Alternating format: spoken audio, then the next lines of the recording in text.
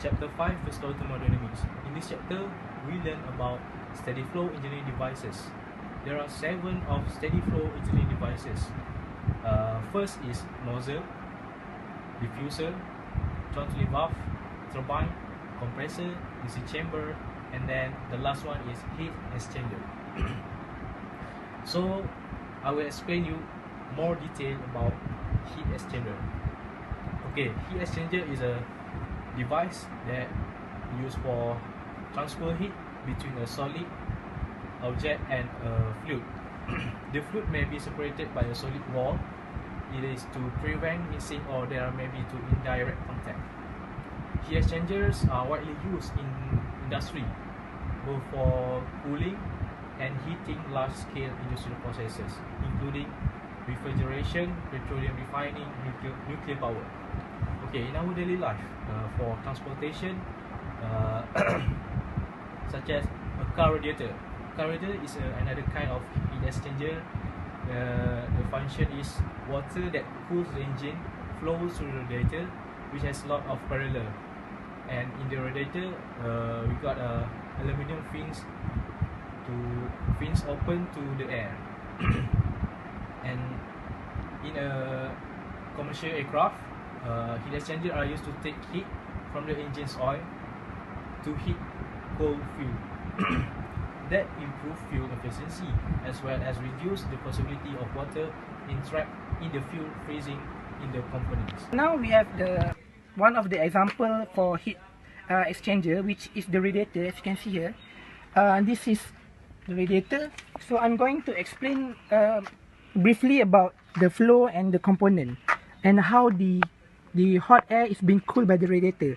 So as you can see, this is the radiator, and then the hot water will come from here and passes through a tube that is surrounded by an aluminum fin, which has a large surface area.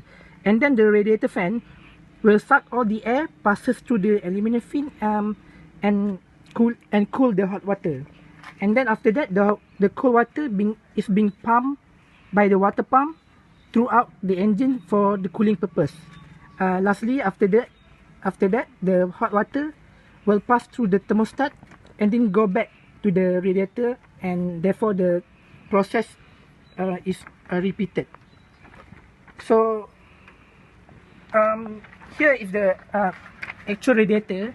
As you can see here is the radiator fan, and then here is the cooling fin, if you can see. So the radiator, the function is to suck all the air so that it can passes through the fin to cool the hot air.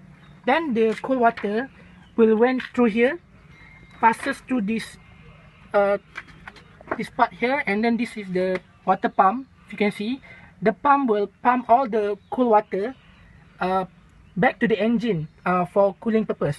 And then the hot water is coming from here. This is the thermostat inside here, and then it will go back to the radiator, and then the cooling process repeated.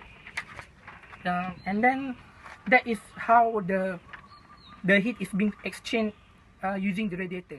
Alright guys, we proceed to the advantage of heat exchanger. One of the advantage of heat exchanger is adaptable. Alright, adaptable is heat exchangers are also quite flexible because the fluid used to mediate the heat exchange can be modified to design specification. Second of all, cost and maintenance. Alright, cost and maintenance. Modern plate heat exchangers use press plates, which are less expensive than the welded plates used on early models. Third of all, about the industrial application. The heat exchanger as a piece of equipment is a simple model and therefore has many applications in industry. The coolant in radiator coils in an internal combustion engine is one of example heat exchanger. In addition, heat exchangers are also used in chemical plants, petroleum, refineries, sewage treatment, and nuclear power facilities. This is the general formula for the 7 steady devices. We choose the heat exchanger as our steady device. This is device where 2 moving fluid stream exchange heat without mixings. Where the fluid stream is heat engine, which is from the engine it goes through here, and then the other fluid is water, which is flow through here. Okay, so now how can we conserve the fluid for the heat exchanger? We can conserve the fluid by simplify the general equation.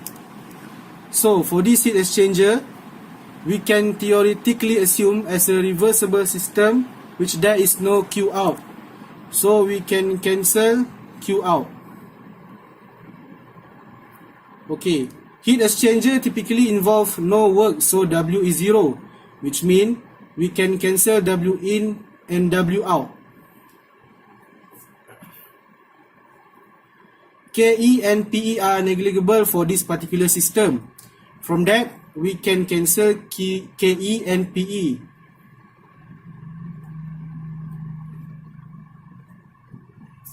For heat exchanger, the energy water is equal to the changes of energy water is equal to the changes of energy engine heat.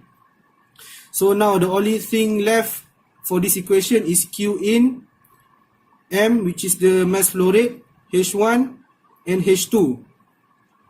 So we write down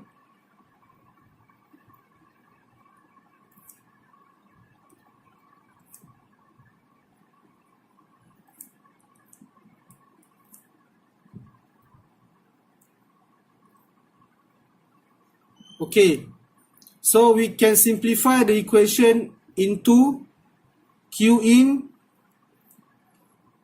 is equals to M times H2 minus H1.